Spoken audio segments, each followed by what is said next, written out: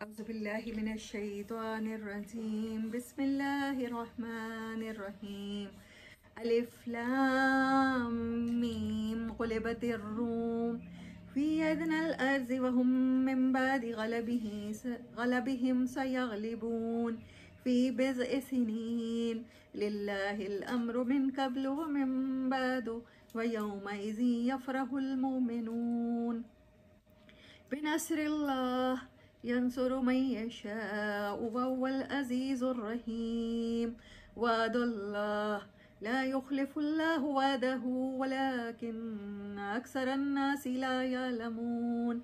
सदक़ल्लाहुल अज़ीम। अम्मा बाद फ़अऊज़ु बिल्लाहि मिनश्शैतानिर्रजीम बिस्मिल्लाहिर्रहमानिर्रहीम। सूरत अनकबूत किसी वादे पर ख़त्म हुई है और ये सूरत एक वादे से शुरू हो रही है। सुबहान अल्लाह, कितनी खूबसूरत बातें करता है मेरा रब कि इंटेलेक्ट को सेटिस्फाइड कर देता है हमारे। सूरत रोम नाजिल होने का टाइम 5 नबवी से पहले है ऑलमोस्ट। कुछ उल्मा कहते हैं कि 5 नबवी है और ये हिजरत हबशा से भी पहले नाजिल हुई। 5 नबवी, रजब 5 नबवी, 615 नबवी, 615 ईस्वी AD, बिफोर क्राइस्ट ना, बिफोर क्राइस्ट नहीं, आफ्टर क्राइस्ट। AD कहते हैं आफ्टर द डेथ ऑफ, हम तो नहीं मानते ना डेथ को, AD लिखा जाता है after Christ. Yes, after death of Christ. Yes, 615 ईस्वी था जो 2013 है, जो ये शमसी ईयर है। और 5 साल हो गए थे नबी सल्लल्लाहु अलैहि वसल्लम को नबी बने जब ये सूरत नाजिल हुई। थोड़ा सा बैकग्राउंड बता देती हूँ, उसके बाद फिर इस सूरत से रिलेटेड हिस्ट्री का जब आपको पता होगा तो फिर आयात की समझ आएगी। नबी सल्लल्लाहु अलैहि वसल्लम की विलादत मुबारक हुई है 571 ईस्वी में। 571 साल हो चुके थे हज़रत ईसा अलैहिस्सलाम को इस दुनिया से गए हुए, आसमान पे उठाए हुए, जब हज़रत मोहम्मद सल्लल्लाहु अलैहि वसल्लम पैदा हुए हैं। और 602 से लेकर 614 तक मुस्तकिल जंग हुई है 2 सुपर पावर्स के दरमियान। तब आपकी उम्र मुबारक थी 31 से लेकर 45 ईयर्स। इस एज में किस सुपर पावर में? रोम और ईरान में लड़ाई हो रही थी। रोमन्स जो थे हज़रत ईसा अलैहिस्सलाम के 70 साल बाद तक मुसलमान नहीं थे, यानी ईसाई नहीं थे। ये 300 साल बाद मुसलमान हुए हैं। जब इन्होंने पहली दफ़ा यरूशलेम को तबाह किया है, मैंने बताया था ना कि वो बादशाह आया था टाइटस, तो वो रोमन था। जब उसने तबाह किया है तो फिर ये लोग तो पहले दुश्मन थे, फिर ये आहिस्ता आहिस्ता आहिस्ता आहिस्ता ये मुसलमान होते गए, यानी उस टाइम के ईसाई बनते गए। 300 साल में ये ईसाई हो गए। फिर इनका मुकाबला होता था रोमन हुक्मरानों के साथ, उनमें से उसके ईसाई पर्शियन हुक्मरानों के साथ। पर्शियन हुक्मरानों में कैखुरस, कहीं उसको खुसरो परवेज, कहीं उसको जुल्करनैन और कहीं उसको कैखुसरो कहा जाता है। कैखुसरो सानी था जिसने रोमन्स को शिकस्त दी थी, रोमन एम्पायर को शिकस्त दी, और यरूशलेम जब एलिया कहलाया जाता था उसको तबाह बर्बाद कर दिया।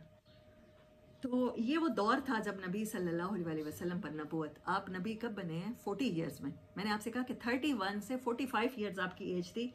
तो तब क्या हो रहा था? ये जंग शदीद हो रही थी और तब ईरान का कब्जा मुकम्मल हो गया था रोम पर। जब कब्जा मुकम्मल हो गया था तब क्या हो रहा था कि कुफार क्या कह रहे थे, जैसे हम मैच देख रहे होते हैं, ओहो ये इंडियंस हार रहे हैं तो हम खुश हो रहे हैं, और पाकिस्तानी हार रहे हों तो डेफिनेटली इंडियन खुश होंगे।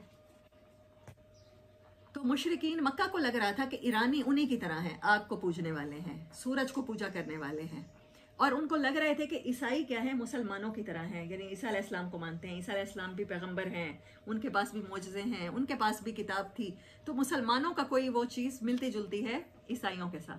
तो जब ईसाइयों को मुस्तकिल शिकस्त हुई है, रोमन्स को मुस्तकिल शिकस्त हुई है 614 में, कि इनकी एम्पायर ही तबाह हो गई है पूरी, तो फिर वो लोग बड़े खुश हुए। उस मौके पर यह सूरत नाजिल हुई है। फी बिज़अ सिनीन, विद इन 10 ईयर्स, चंद सालों में जब ये बात हुई है। तो फिर हज़रत अबू बकर सिद्दीक़ रज़ी अल्लाह ताला अन्हु ने किसी मुशरिक से शर्त लगाई है। उसने शर्त लगाई है कि ये कैसी बातें, कोई दूर दूर तक चांस ही नहीं है उनके दोबारा रिगेन करने का अपनी सल्तनत, और आप कहते हैं कि रोमन फिर दोबारा गालिब आ जाएंगे। तो उन्होंने 10 ऊँटों की शर्त लगाई है। तब तक शर्त हराम नहीं थी, लेकिन नबी सल्लल्लाहु अलैहि वसल्लम के पास है, उन्होंने 6 साल की शर्त लगाई थी, 3 या 6 साल की। तो आपने कहा 9 साल की शर्त लगा दो और 10 के बजाय 100 ऊंट कर दो, डेफिनेटली तुम जीतोगे। अल्लाह ने इस मौके को यूज़ किया है अपने कुरान को बताने के लिए, प्रेडिक्ट करने के लिए कि यहाँ पर जैसे अल्लाह का ये वादा सच्चा होगा, तो इस वादे के सच्चे होते हुए हो सकता है लोगों को ख्याल आ जाए कि अल्लाह के बाकी वादे भी सच्चे हैं। जैसे इस चीज़ को मुआजिज़ा बताया है अल्लाह ताला ने, तो फिर इसको तो 2 हिजरी में हिजरत किए हुए मदीना गए हुए 2 साल हुए, 622 में हिजरत हुई है। 623 में हिरकुल आज़म ने, कहते हैं इंतहाई सुस्त बादशाह था, लेकिन जैसे अल्लाह ने उसके अंदर कोई चाबी भर दी थी, उसने पर्शियंस के खिलाफ अपनी फौज जमा की है और बड़ा चक्कर काट के दूर से पीछे से आके हमला किया। कुस्तुंतुनिया उनका दारुल हुकूमत भी ईरानियों के पास जा चुका था और पहली फतह नसीब हुई है। और इन मुसलमानों को ये था कि उस दिन हम खुश हो रहे होंगे, तो उन्हें ये था कि हम रोमन्स की फतह पे खुश हो रहे होंगे। उन्हें ये नहीं पता था वो दिन ग़ज़वा बदर की फतह का दिन था। लेकिन अल्लाह की किताब में, अल्लाह के प्लान में ये सब कुछ लिखा हुआ था। अल्लाह ने उसमें से एक बात रिवील की है और इस बात को लोगों के ईमान के इजाफे का सबब बना दिया है। चलते हैं अब सूरत की तरफ। तो आपको समझ आया ये सीसा, ये 2 हुकूमतों का मतलब मोटा मोटी बात यही थी कि ईरान और रोमन्स लड़ रहे थे और रोमन्स को मुसलमान समझते थे कि वो हमारी साइड पे हैं और कुफार समझते थे ईरानी हमारी साइड पे। तो जब ये नामुमकिन हालात में रोम को फतह नसीब होना, ये अल्लाह ताला की हक्कानियत की दलील थी, कुरान की हक्कानियत का मुजज़ा था। ठीक है, तो सेंट्रल आइडिया और सेंट्रल थीम ऑफ दिस सूरा बहुत खूबसूरत थीम है और मैंने ये लिखी भी सही कि क्या है कि जो आपको नामुमकिन लग रहा होता है, जो आपको इम्पॉसिबल लग रहा होता है, it is well possible, well defined possible in the words of Allah. Allah उसे मुमकिन कर सकता है क्योंकि वो हर लम्हे कहता है, मैं कुन कहता हूँ और वो हो जाता है। नामुमकिन मुमकिन होगा। ये आपकी ज़िंदगी का नामुमकिन हो, मेरी ज़िंदगी का नामुमकिन हो, चाहे मुझे कितना ही नामुमकिन क्यों ना लग रहा हो, जब रोम फतह हो सकता है, दोबारा रोमियों को फतह नसीब हो सकती है, तो फिर अल्लाह कहता है कि आपकी ज़िंदगी का कोई भी नामुमकिन मुमकिन हो सकता है। इसमें न सिर्फ सहाबा को खुशखबरियाँ हैं और तसल्लियाँ हैं, बल्कि क़यामत तक हम सबको जो ईमान रखता है अल्लाह के वर्ड्स पर, उसको वादे हैं और उसको तसल्लियाँ हैं कि वो आखिर इवेंचुअली कामयाब होगा। और वो जो नामुमकिन लग रहा है उसे, तो वो उसकी ज़िंदगी में ऐसे सरप्राइज आएंगे। बिस्मिल्लाहिर्रहमानिर्रहीम, अलिफ लाम मीम, ये हरूफ मुक़त्तात हैं। गुलिबत्तिर रोम, रोमी मगलूब हो गए। They are conquered, they are subdued फी अदनल अर्ज़, करीब की ज़मीन में। ये मुसलमानों के साथ साथ ये इलाके लगते थे, सॉरी मुसलमानों को कह रही हूँ, मतलब अरब के साथ साथ, मक्का मदीना के साथ, ये शाम, इराक, फ़लस्तीन, ये सारी टेरिटरी वो है तुर्की। फ़ी अदनल अर्ज़ी, करीब की ज़मीन में, वहुम मिन बादि ग़लबिही सयग़लिबून, लेकिन याद रखना ये ओवरकम करेंगे, ये बहुत जल्द ओवरकम करेंगे। फ़ी बिज़अ सिनीन, चंद सालों के अंदर। लिल्लाहिल अम्र, और अल्लाह का हुक्म होके रहता है, अल्लाह का फ़ैसला होकर रहता है और अल्लाह अपने फ़ैसले करने में किसी का मोहताज नहीं है। मिन कबलू, ना पहले था, ना मिन बादो, ना बाद में होगा। इस सूरत के रिवील होने के 1400 साल बाद भी अल्लाह मोहताज नहीं है। 2023 में भी मोहताज नहीं है कि किसी भी नामुमकिन को मुमकिन कर दे। अल्लाह ने कितनी बड़ी बात कर दी। न पहले अल्लाह मोहताज था और ना अल्लाह बाद में मोहताज रहेगा। तुम्हें लगता है सिर्फ सहाबा को ये ऐसी विक्ट्रीज मिलेंगी? मैंने ना ज़हीरुद्दीन बाबर को बहुत पढ़ा है और जो मुझे उसका तवक्कुल नज़र आया है ना, वो कहता है हर मुल्क के मास्त के हर मुल्क के खुदा मास्त। हर ज़मीन मेरी ज़मीन है क्योंकि वो अल्लाह की ज़मीन है। अल्लाह ने पीछे सूरत अनकबूत में कहा ना कि मेरी ज़मीन वसी है, हिजरत कर जाओ। तो उस बंदे ने जब वहाँ पर उसकी अपने ही फैमिली, अपने ही वहाँ पर बादशाहत ख़त्म हो गई, तो चंद हज़ार लोगों के साथ उसने हिजरत की है। और फिर वो सेंट्रल एशिया से आया था। ये रशिया की स्टेट्स कितनी ठंडी आप समझते हैं? पूरी दुनिया में एंटार्कटिक का बहुत सारा हिस्सा रशिया में है।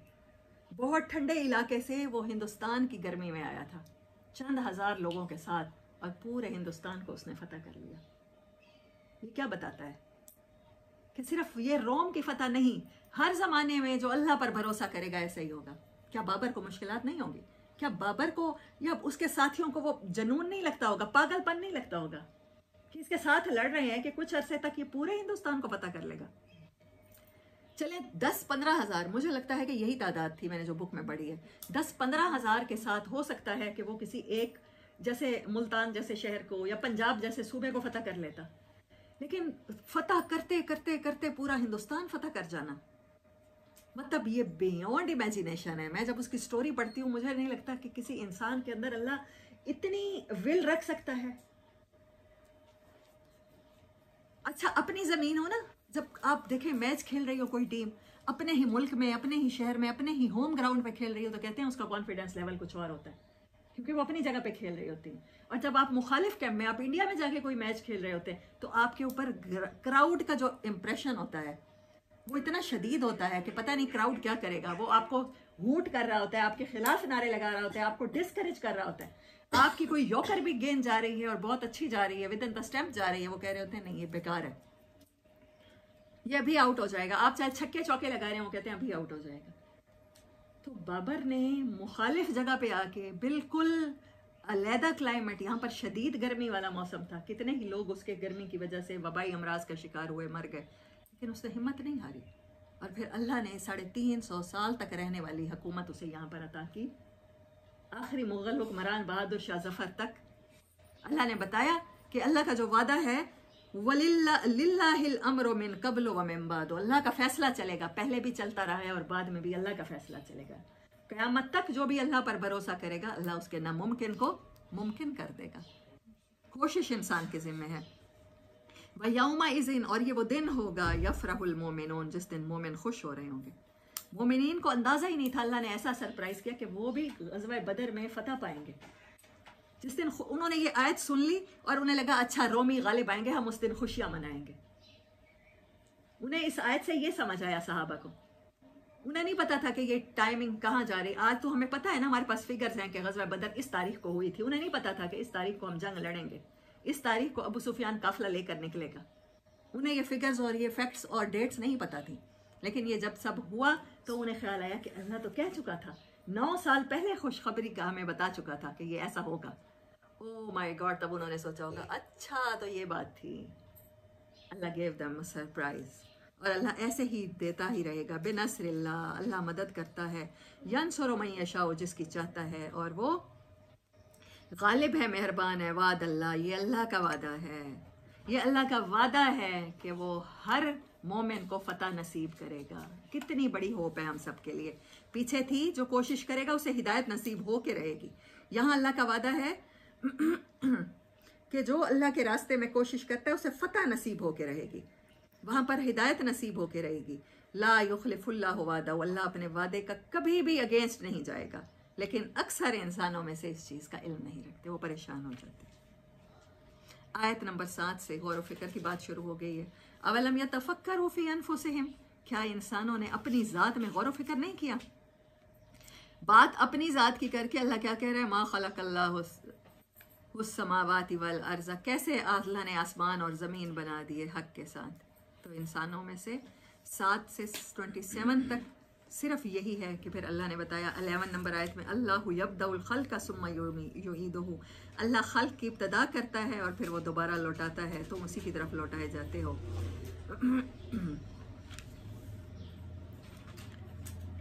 अल्लाहु अकबर। वमिन आयातिही, ये है इस सूरत का सेंट्रल पॉइंट, जो मैंने सेंट्रल आइडिया जिसको समरी किया है। आयत नंबर 20 से शुरू होता है, वमिन आयातिही, और उसकी निशानियों में से है तुम्हारा ज़मीन से मट्टी से पैदा होना, फिर तुम बन जाते हो। वमिन आयातिही, और उसकी निशानियों में है कि उसने तुम्हें एक जान बनाया और फिर एक जान को 2 हिस्सों में तकसीम कर दिया, तुम्हारे जोड़े बना दिए ताकि तुम सुकून हासिल करो, और तुम्हारे दरमियान मोहब्बत रख दी और तुम्हारे दरमियान एक दूसरे पर रहम रख दिया। इन्ना फी ज़ालिका लआयातिल लिक़ौमिन यतफ़क्करून, इसमें एक नहीं सैकड़ों निशानियां हैं उस कौम के लिए जो ज़रा भी गौर व फिक्र करे।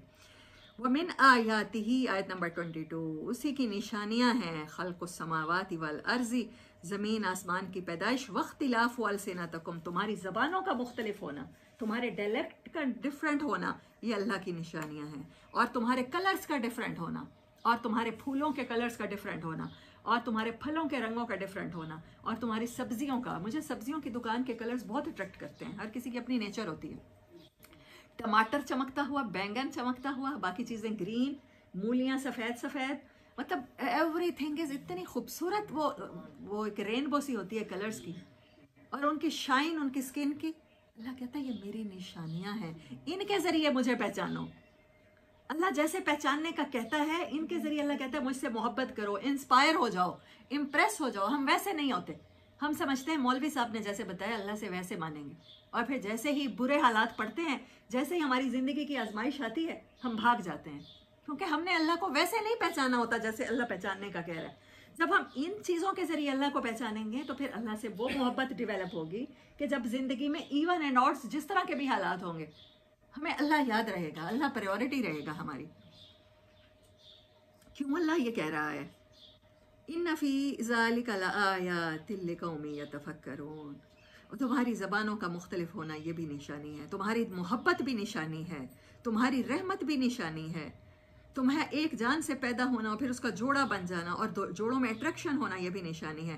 वमिन आयाती है, और इसी की निशानियां हैं, मनामुकुम बिल्लैल, तुम्हारी नींद जो रात में सोते हो, वन नहारा, और दिन में, वब्तिगाउकुम मिन फज़लिही, तुम तलाश करते हो उसका फजल। इन्ना फी ज़ालिका लआयात, एक नहीं हज़ारों निशानियां हैं, लिक़ौमी यसमऊन, वो लोग जो सुनते हैं।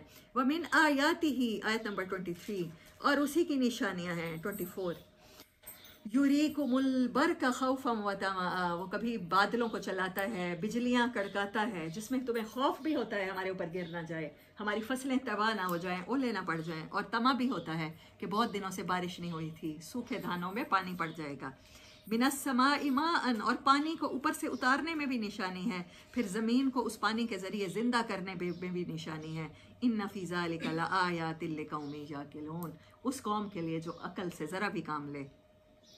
वमिन आयाती ही, और इसी की निशानियां हैं, अन तकूम अस्समाउ, आसमान का खड़ा होना, तुम्हारे सरों पर कायम रहना, और ज़मीन का तुम्हारे लिए फ़र्श बन जाना उसके हुक्म से है।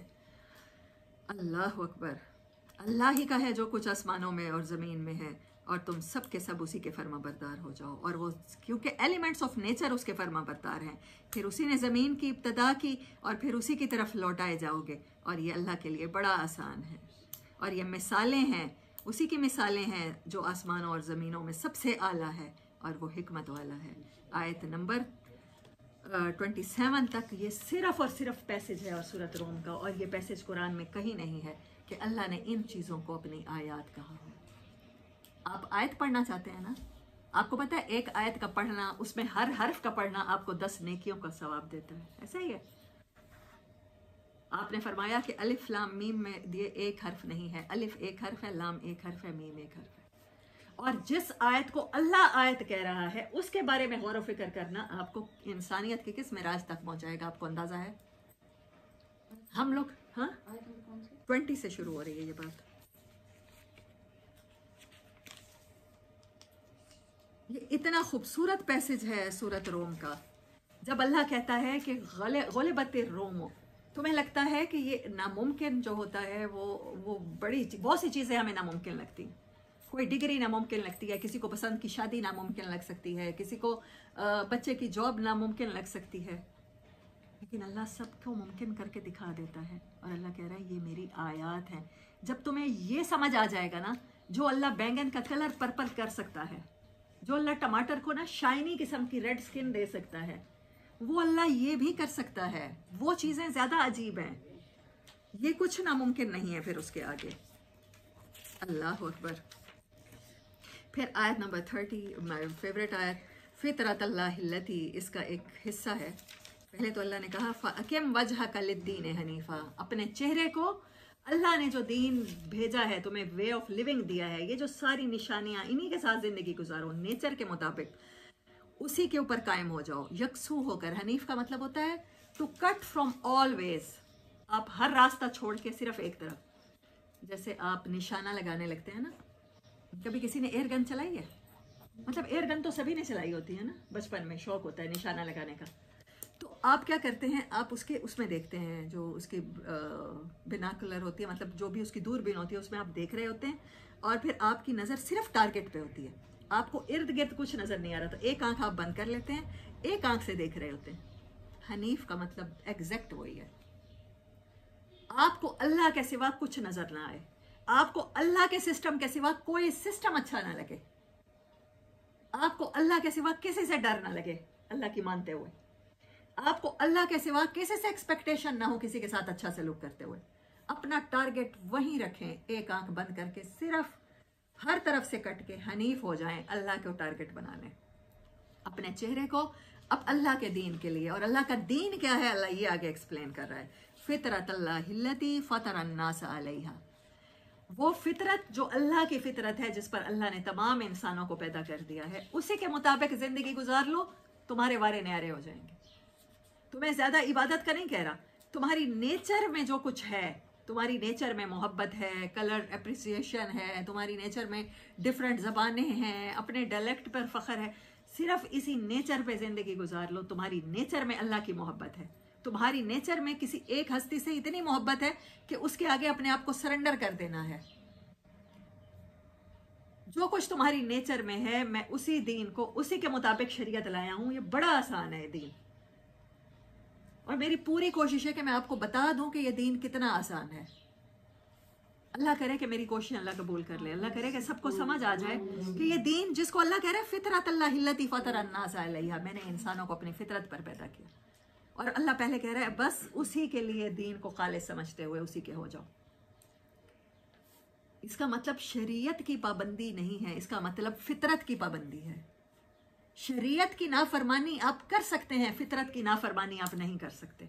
मैं आपको सिर्फ एक एग्जांपल देती हूँ। अल्लाह ने रात बनाई है सुकून के लिए, आप रात को छोड़ के दिन को सोना शुरू कर दें, आप फितरत का एक असूल तोड़ें, आप मुझे फिर जिंदगी में कामयाब होकर दिखा दें। आप कुछ अर्से तक साइकोपैथ बन जाएंगे, आपको साइकोलॉजिकल इश्यूज ट्रॉमाज आने लग जाएंगे, आप अपने साइकोलॉजिस्ट के पास जाएंगे, वो आपको बताएगा कि नींद रात की जरूरी है। अल्लाह कह रहा है तुम्हारे लिए निशानी है रात की नींद में। वो बताएगा कि दिन के 10 घंटे सोना और रात का 1 घंटे सोना बराबर है। वो बताएगा आपको कि तहज्जुद के टाइम जमीन से ऐसी रेज निकलती हैं जो आपको सूद कर देती हैं। ये फितरत है, आप फितरत के अगेंस्ट नहीं चल सकते। आप चाहे मुसलमान हो या ना हो, आप पैदाइशी तौर पे मुसलमान घरानों में पैदा हुए हो या ना हुए हो, जब तक आप फितरत के मुताबिक चलते रहेंगे अल्लाह आपको कामयाबी अता करता रहेगा। आज गैर मुस्लिम अगर सो जाता है, मेरी एक फ्रेंड अमेरिका रहती थी, न्यूयॉर्क के साथ 100 किलोमीटर पे उसका शहर था, मुझे उस शहर का नाम भूल गया। तो वो कहती है कि 9 बजे के बाद हमारे पास तो कोई कॉन्सेप्ट नहीं है कि किसी मॉल में हमें कुछ भी मिल जाए। मेरी एक कजन लंदन में रहती है, वो कहती है 8 बजे के बाद हमारे यहाँ तो कोई कॉन्सेप्ट नहीं है बाहर जाने का, डाइन आउट करने का। आज वो लोग जब फितरत के खिलाफ चले, उन्होंने फितरत के खिलाफ नुकसान देख लिए, वो लोग पागल हो गए, उन्होंने सुसाइड्स की, वो साइकोलॉजिकल इश्यूज का, ट्रॉमास का शिकार हुए। उन्हें पता चला कि फितरत की तरफ लौटना पड़ेगा, रात की नींद है, और हमें वही के जरिए कब से बता दिया गया है। एक फैक्ट की बात करूंगी, आप फितरत के अगेंस्ट जाएंगे नुकसान उठाएंगे। अगर शहद की मक्खी कहेगी मैं शहद नहीं बनाती, तो वो नुकसान उठाएगी ना। अगर परिंदा कहेगा कि मैं शाम के टाइम घोंसले में नहीं आता, तो नुकसान उठाएगा। वो सब फितरत पे चलते हैं जिस फितरत पे अल्लाह ने पैदा किया। एक इंसान ही है जो फितरत से हटता है और मार खाता है। आप नहीं आते शरीयत की तरफ ना आए, अभी आपको लॉज मुश्किल लगते हैं, अभी अमाल मुश्किल लगते हैं। मैं बताने की कोशिश भी यही कर रही हूँ क्योंकि कुरान भी यही कहता है, आप जस्ट फितरत पे आ जाएं, अल्लाह इवेंचुअली आपको इन चीजों पर लेकर आ जाएगा। ये नेचर में है कि इंसान को निकाह की जरूरत है, नेचर में है कि वो मोहब्बत करेगा। अल्लाह ने कहा नहीं ये मेरी निशानियां हैं, तुम्हें जोड़ा बनाना, तुम्हारे जोड़ों में मोहब्बत रखना। जब हम इस नेचर से बगावत करते हैं तो फिर हम मार खाते हैं।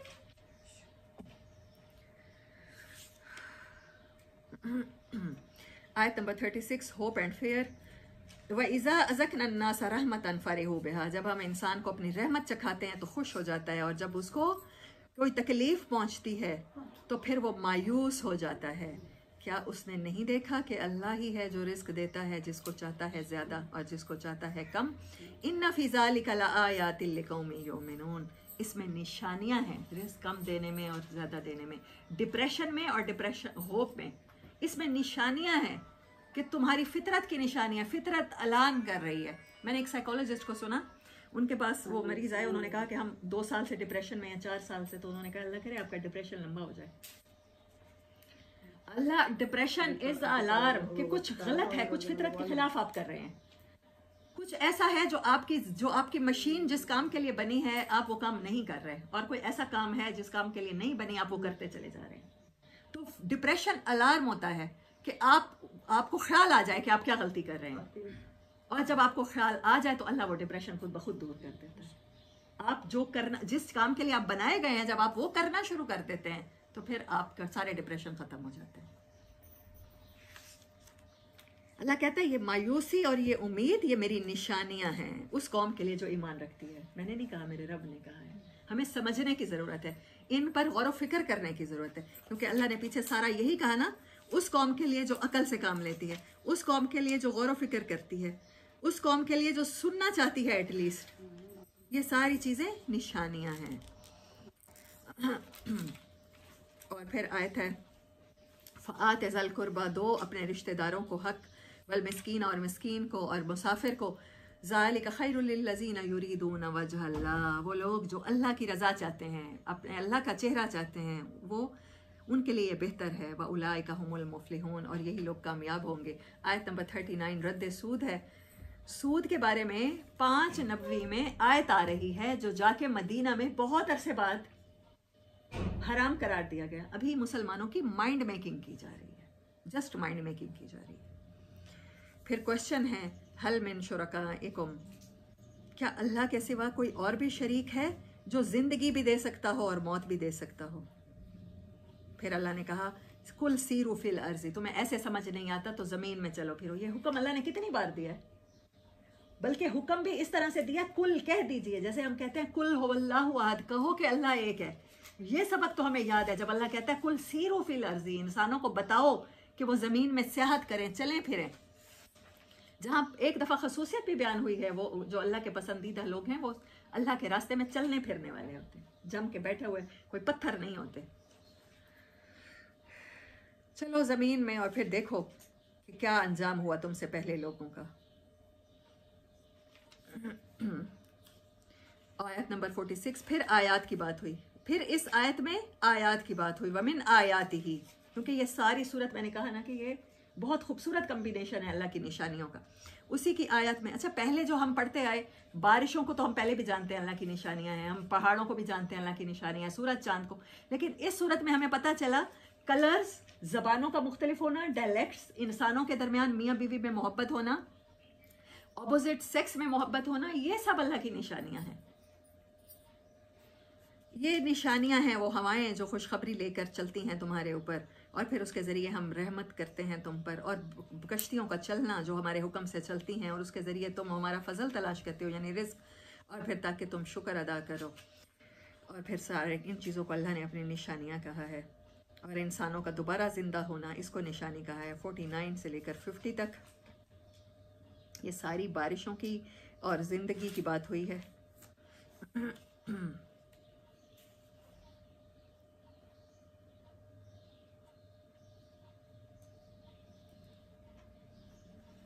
और फिर आखिर में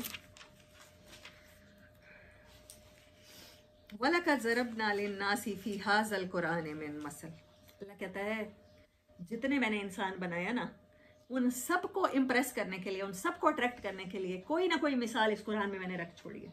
कोई ना कोई चीज़ ऐसी है जो उसे अपील करती है। जैसे मैं अपना कहूँ, मेरे जैसे बंदे को जब हिस्ट्री में पढ़ती हूँ, और जब मैं कुरान में हिस्ट्री पढ़ती हूँ, रोमन्स हिस्ट्री पढ़ती हूँ, जब मैं बनी इसराइल की हिस्ट्री पढ़ती हूँ, तो मेरे इंटेलेक्ट को सेटिस्फेक्शन इससे मिलती है। मतलब मुझे लगता है कि ये तो हाईली इंटेलेक्चुअल बुक है, इससे ज़्यादा तो कोई बुक हो ही नहीं सकती कमाल की। कुछ लोग जो साइंटिफिक फैक्ट्स में दिलचस्पी रखते हैं, जब अल्लाह साइंटिफिक फैक्ट्स की बातें करता है तो फिर उनको लगता है कि ये सबसे बेहतर है। किसी के लिए शहद की मक्खी के शहद बनाना बहुत बड़ी मिसाल है, किसी के लिए चूंटी का बोलना हज़रत सुलेमान अलैहिस्सलाम के दौर में। अल्लाह कहता है मैंने हर तरह के जहन के लिए हर तरह की मिसाल इस कुरान में रख दी है। इट्स अ कम्बिनेशन ऑफ आयात बिन कुल्ले मसल वाला इंजेतहुम बे आयतिन, और वो लोग जो इनके पास आयत आती है लयकूलुन्ना, वो ज़रूर कहते हैं काफरू, जिन्होंने कुफर किया, इन अंतुम इल्ला मुब्तिलून, कि तुम बातिल पर हो। ये इसलिए होता है कि अल्लाह ने मोहर लगा दी है उन दिलों पर, वो नहीं समझते। तो सब्र कीजिए, आप उसी रास्ते पे रहिए। इन नवाद अल्लाह हक्कुन, जैसे अल्लाह ने रोमन की फ़तह का वादा किया, अल्लाह आपकी फ़तह के भी वादे करता है। जैसे अल्लाह उनकी मदद का वादा करता है मुसलमानों की, अल्लाह आपकी मदद के भी वादे करता है। वला यस्तखिफ़न्नकल्लज़ीना ला युक़िनून, और तुम्हें ये लोग हल्का ना लेने पाएँ जो लोग अल्लाह पर यकीन नहीं रखते।